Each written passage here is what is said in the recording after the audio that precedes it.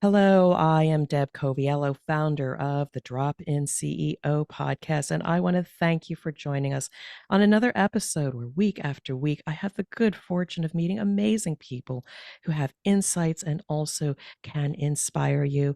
And if you like this program, and I know you will, would ask of you just please share this with at least one person so they can gain value from this resource. And just know, again, I show up every week. I do this content for the C suite leader of today and tomorrow to navigate their challenges with confidence. And I am so grateful to bring two guests onto the show, both founders and co CEOs, Stephanie Clark and Eric Clark.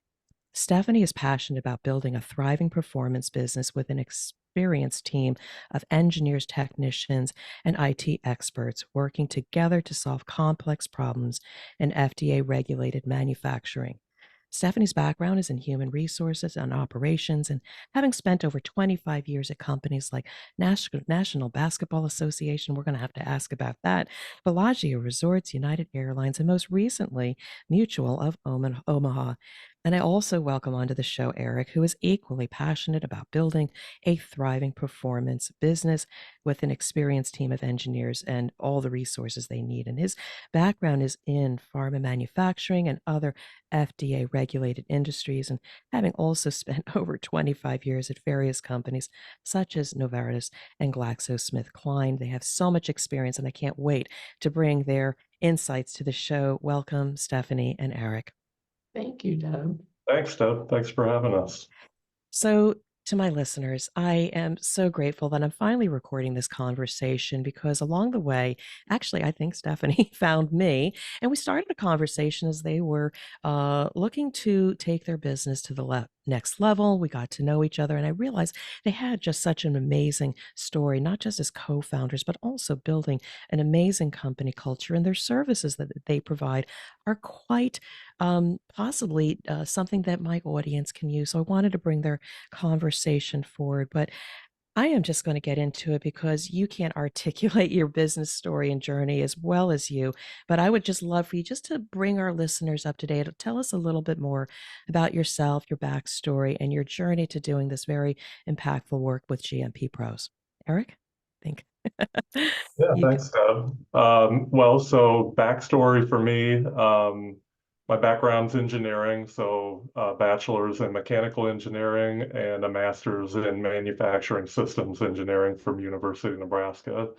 Have worked in a wide range of industries, actually, which I think is a strength to be able to bring perspective from a lot of different industries together and take the best of a lot of different worlds. So worked for Compact Computer back when Dell was just starting to come up.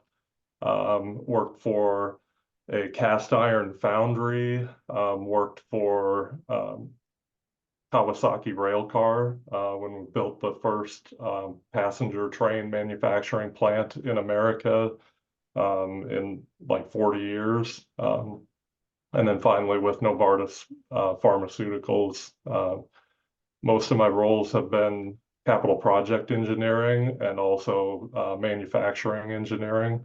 So kind of live and breathe manufacturing and construction.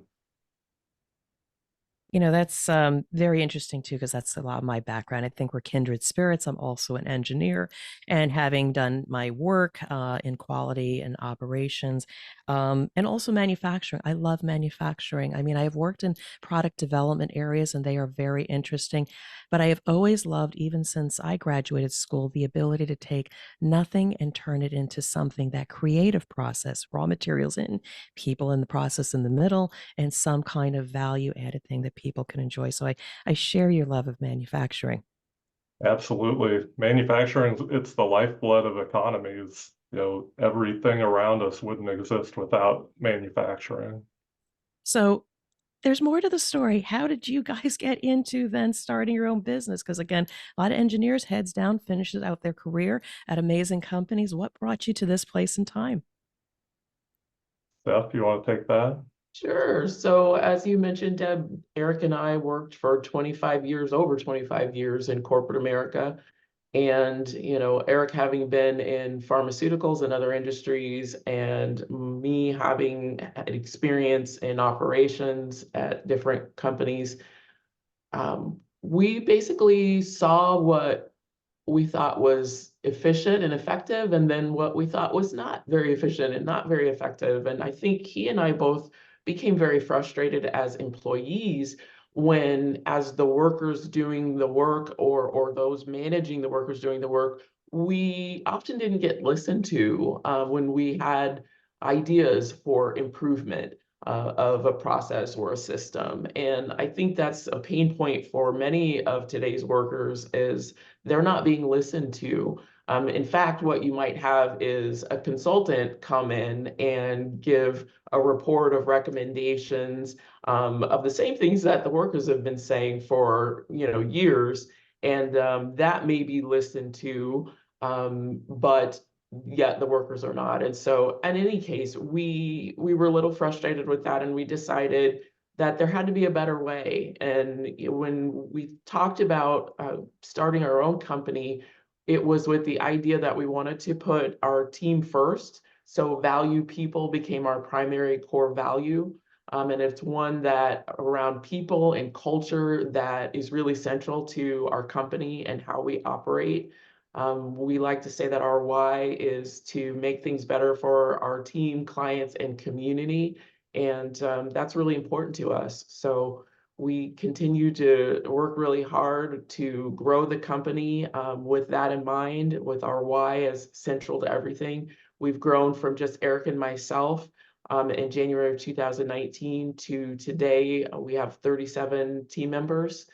We don't call them employees, we call them team members, because it's, again, one team, valuing people, keeping a focus on making sure that, hey, if we take care of our team, then they will take care of the client, and it all takes care of itself.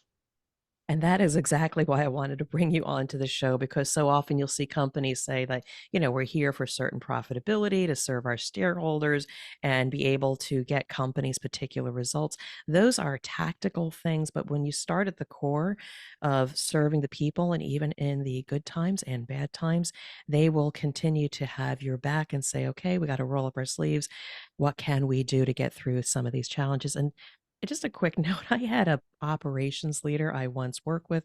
I was a quality food safety professional. Every time I would go to their office, I'm say, okay, we need to get this done. Can I get a date? We need to get this done. Can we get a date? And I would get excuses why they hadn't finished their thing. And I said, what's going on here? Well, I've been spending a lot of time with my people on the floor. I said, I got to make sure they're adequately trained and they understand what they're doing. It's people first. And at that time, I was so frustrated, but I can't get my stuff done. I have since learned and share your values that take care of the people, unleash their potential, whether it's your own team or your clients, and just watch people soar. It's an amazing place to start from. Absolutely. Yeah. So, one of the things that you really pride yourself in, and you have been recognized, is having that strong company culture. And again, as business owners, you have to think about business development and what are my products and services. But you have invested a lot in the company culture. So tell me a little bit more about this, again, being a leading principle for you. Sure. So I think, as I mentioned, Eric and I created value people with our team as a primary core value. And so what that means is we've tried to systematize personalizing our culture, right? In terms of things like having a hiring system that respects people, that doesn't ghost applicants, that cares for people and brings them along on the hiring process and the journey, you know, to the point where you're actually a team member with us, and we're personalizing your journey so that we know what your hobbies are, what your likes are. When it's your anniversary, we send you a gift along the lines of what you like, what your hobbies are. It's just showing that you actually care and you're actually listening. So, for example, if I know that you love board games, we're going to send you a fun board game on your anniversary. And people just like that you care enough to, one, listen to what they have to say about themselves, and that you remember them a year later when that time comes. And then we talk about employee recognition. So for us, team member recognition, where we use Nectar, which is a software that is fantastic. And it gamifies employee recognition, right? Team member recognition. And so it allows our team members to catch each other being great, right? Performing tasks and doing things where they're demonstrating our core values, which again, primary is valuing people, but we also get the right stuff done, right? So we make sure that we're focusing on the right things that move the needle versus busy work. So that's better value for our clients overall, and it's better for us because we're actually, another one of our core values is shatter the status quo. And that goes back to Eric and my days in corporate America, right? When we were just frustrated with the status quo and people who didn't want to move things along and really make improvements. And so all of that is really built into the culture of just kind of having this ethos of, hey, we are high performers. We are pushing the status quo to make improvements. It's in our culture, it's in our company, it's the way that we run the company, it's the way that we behave, and how we work. So it's just through and through very focused on really operating with excellence. So, why I really value what you say is one of the trends I see with small and medium sized business owners is they start out with an amazing core team, then they realize success, they start growing. And I remember speaking to one person one time where I'm a little concerned because now I walk past an employee and I don't know their name. I don't know about them. And there is the fear that as you grow, you lose that connectivity to your people to recognize who they are as an individual and something about them. So I think starting from a place of you've already built it into your operating system of employee value and recognition and connectivity, you should be able to scale and people feel like they belong. So great story. But now I just want to we're gonna keep coming back to culture and how you are as a company because again, what you do is important, but who you are as a company is even more important. But let's just let our listeners know a little bit more about when you have certain clients that potentially need your services at GMP Pro. Like, what are some of your clients' problems or challenges, and what is it that GMP Pro solves? So this is just an opportunity to share a little bit about what problems do you solve for your clients? Sure. So because our team, we came from corporate jobs primarily, and so we were the ones that helped keep plants running in the various engineering capacities and technology. And so we really have an insider's view as to what really needs to be done. We have both that insider's view from having been in those corporate roles, but then also an outsider's view from now being in this space, where we're able to work with a lot of different clients and see what works and what doesn't work. And so some of the particular challenges that we see are the clients have, they have great folks. They're just oftentimes don't have enough of them, or they're so busy doing other things. It's hard to keep a plant running with all of the day-to-day activities and then take on transformational projects like converting their paper-based batch records to electronic records. That requires, those are multi-year projects. And so often what happens is folks get assigned duties to manage those projects internally, but they never quite lose all of the other duties that they have. And so it's just hard without the ability to focus. And so we're able to help with those sort of initiatives where we can bring in a team that can just strictly focus on that and work with we like to say that, we're not here to do something to you, we're here to do something with you.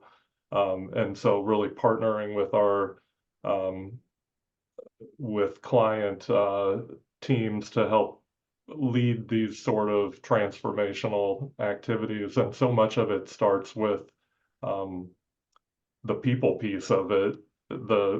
Frankly, the technical piece is the easy part. It's the getting everyone on the same page within an organization and being able to really extract um, all of the tribal knowledge out of the organization in order to truly understand how these processes work that are largely on paper, and then be able to improve them before they go into an electronic system so that you can get the true benefit from them. So that's just one example. If I could just comment on this and then just go a little bit deeper, what I'm hearing that you do is that the people that you can serve have the awareness they need to make a change relative to their manufacturing process. So you do provides them a little bit of technical capability, but maybe from just an outside view on there's a better way to do that.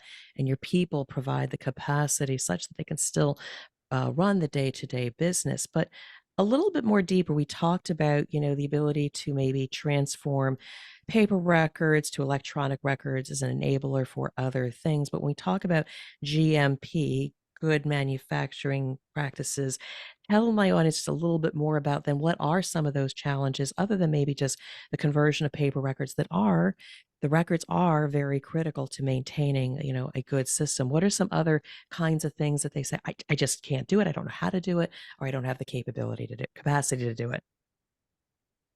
So it really varies. Mm. What we're able to provide is essentially with the team that we have and with our broader network of trusted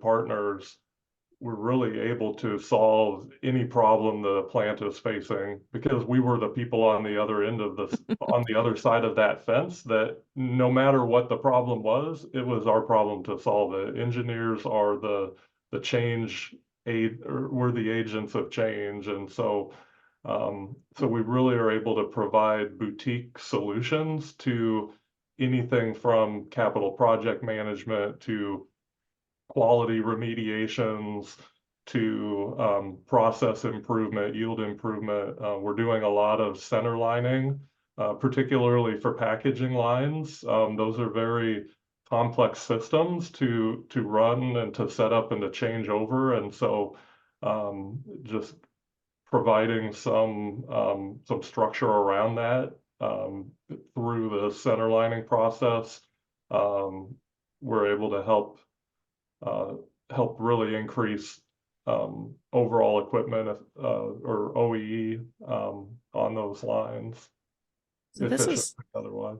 what I appreciate, forgive me, what I appreciate about what you do is you provide that technical component. And, when I think about what differentiates you, is that a lot of consultants will just come in and say, here are the services I can provide, and for a fee, I can fix these issues, and here is my invoice. And I started from a place in this interview of just understanding who you are as a company and what are your values, and cascading those people, and you're a people first entity. So I am sure and I know that, yeah, you can go in and fix the problem. But like you said, you arm in arm, you partner with them to be an extension of their team, which during these times of change can be scary. There's uncertainty. Am I going to lose my job? Do I have to learn a new job because I'm moving into automation and my whole job was about managing those paper records? You provide a caring element. So I see that differentiation from just being an engineering solution kind of company to one that simply cares about their clients. Absolutely. Yeah, the best compliments we've received are literally from clients have said that our team, we've had clients say that your team cares more about our success than our team does. You should capture that. Capture that. Yeah. Let's keep going here, but I love that. That's a great sound bite there. But There's so much more to what you do. So we know a little bit more about what you do, but also as a entrepreneurs and moving out of hopefully not just that first stage, but also moving into a greater purpose and a greater reach. You've recently engaged on an EOS journey, and I'd love to know a little bit more about one making that decision to enlist that operating system, and how is it going, and where do you think it's going to take you? Well, I think we've been working in EOS since year two, really. We were self-implementing and then we decided to hire an EOS implementer. We worked with him for probably about a year and a half, went back to self-implementing for a short time, and now we are back with another EOS implementer. And I think what we've learned is that, you know, it's better to have an EOS implementer because you want to have that outside party who can give you that perspective that maybe you're not seeing being in the business 100% of the time. But we love EOS because it's a great operating system that involves the team, right? It's very, very team centric and very team driven, and it allows us to have a structure of support for our team. And that was really important to us. So we have team leads that are there as a support for the greater team, and then that kind of rolls up to our department leads, and then rolls up to the leadership team. And again, it's less about, we don't believe in command and control at all. So it's less about having that, any type of militaristic structure, and it's more about a structure of support so that you have somewhere to go. You can have daily huddles, you can have a weekly L10 meeting to work through, IDS, identify, solve, identify and define and solve your issues, so that you're all working together to work through problems, and that everyone has a voice in doing that, right? And that is a structure that I again is very value people, and gives everybody the opportunity to engage. So a lot different than your kind of corporate America structure. And again, we've been running that for a little over 4 years. It's been working really well. We have a new EOS implementer, Joel Vaslow, formerly of Tiger Paw, who scaled Tiger Paw quite successfully, and they sold last fall. So in any case, he's been very helpful in making sure that we're focusing on the right things. We're getting the right stuff done, and then focusing on the right things in the business to move the needle, to grow the company, because our greater goals for the company are to become an employee-owned company, as soon as we can scale to that point, where we can afford the administrative fees involved with that. And then, realistically, we need to get to a certain point revenue wise to get there. But then also to, in year 5, have a foundation where we are helping children and even adults. I mean, we kind of want to do a proof of concept within our company, but where we have about 5 pillars where we're focusing on some very base things, some very foundational things like financial literacy, critical thinking, and problem solving, EQ and psychology, health and wellness and fitness.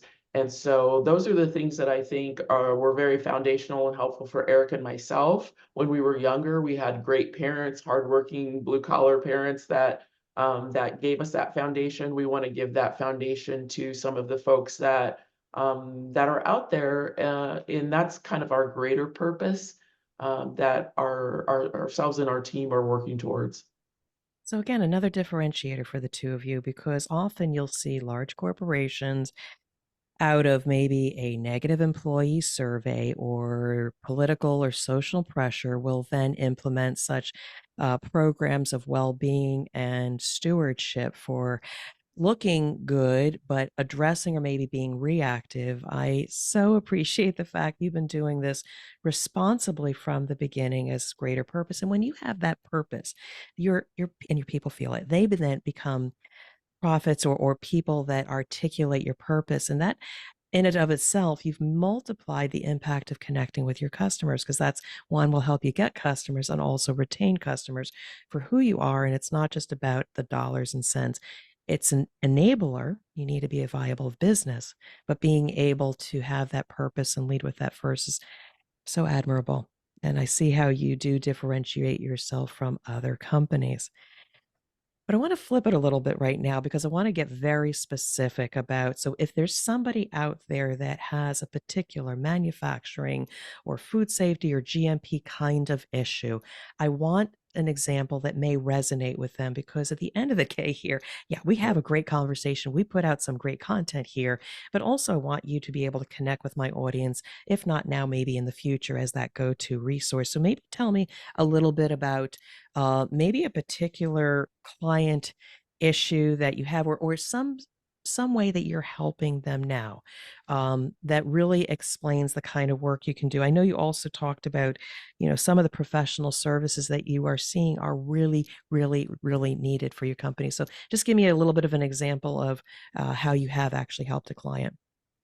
Sure. There's a lot at this point. It makes our brains hurt a little bit, but one that we're particularly proud of is working with a company that they they make immunotherapies for boy in the bubble level immune compromised patients, and so we are helping them increase their output, because right now they can't make enough in order to fill all of the orders. And so literally, these are folks that could die without these medications, and so, or without this therapy. And so, yeah, the team has been working overtime and weekends, helping them make that happen. Oh, that is so purposeful. I'm getting goosebumps about that, because even the client stories are part of your story. It's amazing. So that's impactful, and I appreciate that. But I also want to go into a topic that not only are you helping humanity by helping some of these companies, but you've also talked about some services that you find are absolutely critical in order to leverage technology. I know that we wanted to talk a little bit about some of your other professional services that will enable people to not only realize short-term impact, but also enable other technologies. Sure. Well, so a topic that I think is universally on everyone's mind these days is everyone's hearing it. Well, 2023 was just the explosion of AI technology. Before that, machine learning. Everyone's been talking about data, and we're actually having a conversation with a big client. We work with all the way into the top five global multinational level companies in our space. And talking with one of those just recently, and asking them to say, what are, there's all of this great new technology. What do you think? What are you hearing? What are you guys doing? Said, well, we love it, but we're not able to leverage it because so much of our data is not digital. It's still on paper. That's the fact of the matter. And so in order to leverage all this technology, you have to be in a digital space. And then even what we see with our clients, that certainly they have mountains of digital data, whether it's in SAP, whether it's in a statistical process control system, you name it. But these are in largely legacy systems that are very difficult to extract data out of, especially if you've ever used SAP. I don't know anyone that enjoys that. And so what our data science team is able to do is go pull data out of all of these different sources, get it into a data lake, and then be able to really get insights from it, build dashboards. That's the first step, but then being able to start to use the data to predict and to make decisions. That's what all of this is about. People are talking about with AI, and so because we've been there on the shop floor in plants for decades. We really know like what data is needed and what's not, and be, we're able to help filter through all this noise because everyone gets 100 emails a day about, have this AI application or that. We can help filter through that noise and really get to, um, well, just help leverage the power of our clients' data. Mm. I'm just feeling a theme here as I think about what you're saying and the people you serve. There are, I lean into this as well. There are so many small and medium-sized companies that for so long have been wildly successful because they come from a place of service and heart and hard work, but they are unable to scale. And so you become that extension of all those companies. And there's so many more smaller and medium-sized companies than the bigger Yeah, companies. And so if you can pull them up, you elevate people, you elevate the economy. It's all purpose, community driven, the work that you do. So I see the bigger picture of all that you do. You start from yeah. a place of technology and capability, but it's all in the grander scheme of humanity. And Right. Deb, those are our absolute favorite clients, the small to mid-sized businesses that we can help bring. We came from, big corporate background, so we were able to we learned a lot of things there. We're able to bring that plus the entrepreneurial approach and be able to really give them a right size, right fit solution. We Mhm. always put ourselves in our clients' shoes because we were in their shoes and we largely are in their shoes now as entrepreneurs. And so we treat their company just like it was our own in terms of like what is the very best thing for them, not what's the best thing for, for our margin or whatever. It's Yeah. It's that purposeful work. I mean, I'll yeah. just share just a quick story. I talk about them all the time, and I'm working for them again, but they needed to implement an ISO 9001 quality system, and they Mm, needed it. It was critical for them to maintain their core supplier status, and I remember coming in the room and they said, we got to do it in 3 months. And I was deer in the headlight, but I had to show a sense of calm. Okay, let's see what we can do in 3 months' yeah, time to achieve that. But at the end of the day, we got the certification and they said, Deb, we couldn't have done it without you. And again, it makes you feel good that you were able to help them through a challenging time. And then through that trust, you might not hear from them for a while, but they remember you. And then they right. come back for the next opportunity. And that's where really then the partnerships flourish. And so I totally love who you are as a company, not just the technical work, which kind of brings me to maybe one of the last questions I want to ask is that I read in some of your material that you were ranked 914 out of 5,000 companies. And so, to start being visible and relevant amongst top companies is a pretty big to do. Maybe tell me more about how you got that. Sure. Well, I mean, it was funny. We just kept our nose down and kept working and kept trying to do great work. And over that 5-year period, I think we realized that, wow, we've grown 645% over a 3-year period, actually. And so, and lots of challenges. It wasn't, completely rainbows. But lots of challenges with making sure that as we were growing and as we were scaling, we were keeping the quality, keeping the culture, keeping our operational excellence together. But what we did was we applied for Inc. 5000 and they basically let us know, actually, you're much higher than you think you are, and you grew 645% over a 3-year period. So that was kind of a revelation. We knew that, boy, we had just been through a really tough period, and that we'd done some great work and worked hard, but I think we're really proud of that, but more than anything, I think we're proud when we have our clients tell us that we've helped them. That means more to us than anything else. When our clients are happy, we're happy. As Eric said, we care so much about the work being done and doing a good job for them and doing quality work, that the kudos from them is basically the highest praise for us.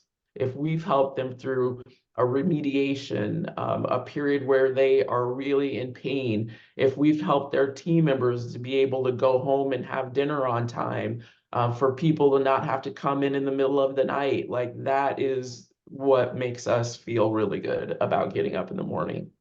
And so that's why I want to give Absolutely. you guys a virtual hug because that was the beginning of the end for me when I was leaving corporate. I remember putting together a presentation that I really wanted to qualify, I needed to change my leadership style in order to get a better outcome. And one of the things I said is I just want to be able to remove the barriers so people can struggle less and spend more time doing the things they love, whether it's for themselves, family, community, or others. That was a core value of mine. And I remember saying that in the corporate environment. And they said, that's very nice, Deb, but how are you going to get the results?